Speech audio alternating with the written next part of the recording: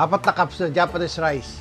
Meron tayong video nito, Mang Peps, kung paano ito niluluto. I-search nyo na lang, ano? 2 tablespoon na rice vinegar. Pwede rin kayong gumamit ng cane vinegar. 1 tablespoon na sugar.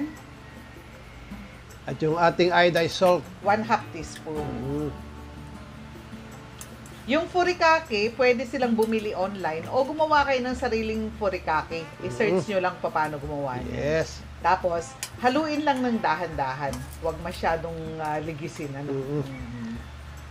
Tapos, 400 grams na crab sticks. Saka yung ating pipino. 120 grams.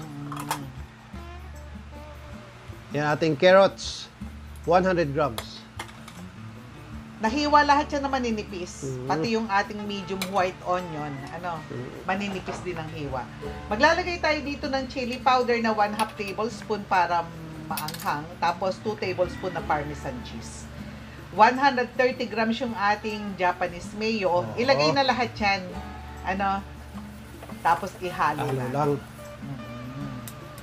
Tapos, dalawang gagamitin natin na na tab, 2 cups per tab ang gagawin natin. Yes. Dapat manipis lang yung ating rice kasi pangit yung sushi na napakakapal ng kanin. Ayan, i-flat lang dun sa ating tab. Ganyan lang. Yung napapansin nyo, yung kanin natin medyo malabsa ang pagkaluto. Kasi nagdagdag tayo dyan ng 1 cup na tubig. Kung 3 cups yung 4 cups yung tubig. Yes. Tapos ito na yung ating mixture ng crab mixture, ilagay lang. Paghatiin lang, dapat equally divided sila. Oo. Yan. Latag lang dyan. Tapos, I-flat natin. i-flat na po. Meron tayong furikake pa rin. Lagay natin ng 2.5 tablespoon per cup. Nakakadagdag din kasi ng lasa yan. Kalat-kalat lang para lahat. Pag nag-scoop, meron. Yes. Tapos, yung ating mango. Ayan. Ayan. Ripe mango. Mas marami, mas masarap. Oo. Kung marami kayong mangga, tarin nyo. Kaso yung nabili naming mangga, may sira pa yung kalahati. Bali, yan 1 kilo yung binili namin. So, parang ang napakinabangan lang yung kalahating kilo. Okay.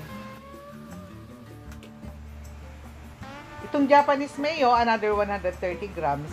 Squeeze lang sa ibabaw. Yung kalahati lang muna. Mamaya natin gamitin yung kalahati pag naka-bake na tayo. I-bake natin ito ng 180 degrees Celsius 10 minutes. Yan. So, natapos na tayo mag-bake, i-squeeze natin yung natitirang mayo, tapos tikiman na. Yes. Magandang parte. Ayan. Kailangan dito yung nori sheet, Mang Peps. Ayan. Ayan na po. Yummy. Masarap ito talaga, lalo-lalo na doon sa mga pwede. Yung mga diabetic na tulad ko, wag nyo na pong tangkain.